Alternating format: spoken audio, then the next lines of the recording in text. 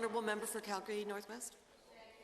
Speaker, I'm going to support this amendment because I like the idea of going back and making sure that all the T's are crossed and the I's are dotted. And in doing so, I think one of the things we find when we look at putting legislation together, and this has happened in a lot of cases, is as we come up with the final product, there are oftentimes people who come forward and bring out a thoughtful change.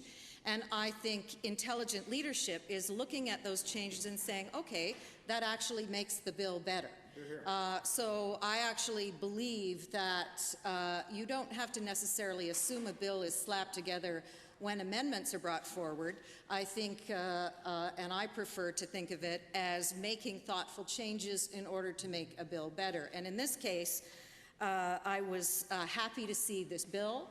And I believe, in speaking with the member who proposed it, the idea behind bringing the amendment in that the Act comes into force on proclamation is just to be able to get some checks and balances in place so when the bill actually is used, that there is an opportunity for people to use it in the right way. And so that's why I'm going to support this. And I want to actually talk about something, and the member brought it up.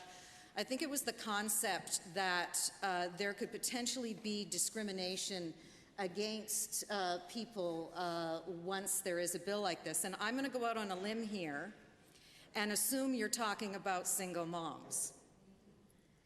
And I find it a little bit disturbing that there would be a conversation about the potential of keeping single moms out of rental facilities because there is an assumption made that they are in that situation because they're a victim of domestic violence. And I would also say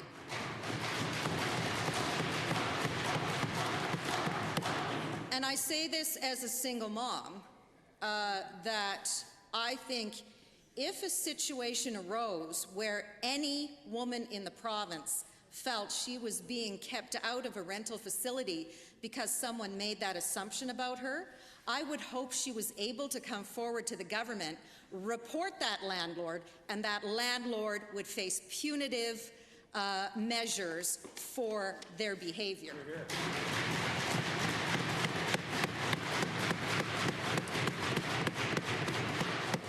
I think when we have positive legislation such as this, I think that we have to put aside that want to nitpick. And I think we have to move forward with it, understand that sometimes some checks and balances have to happen afterwards. But in this case, I think not every piece of legislation is perfect, but having a discussion about it, making some changes as you go through the process, and moving it forward so people in this province, so women in this province can use it and be protected by it. I applaud it. I applaud the amendment. I applaud the bill. Let's just get on with it.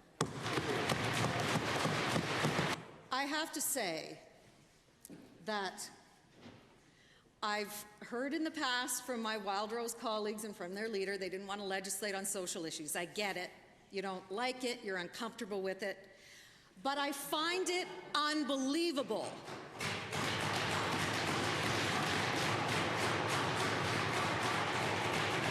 that your critic on women's issues would look at this bill and the first thing that comes to her mind is, how do we protect the landlords?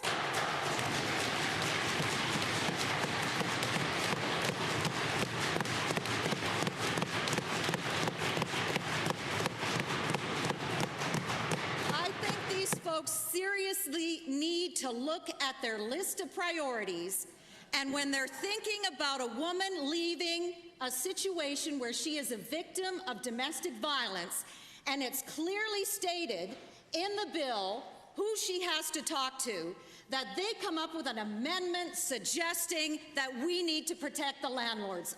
Unbelievable.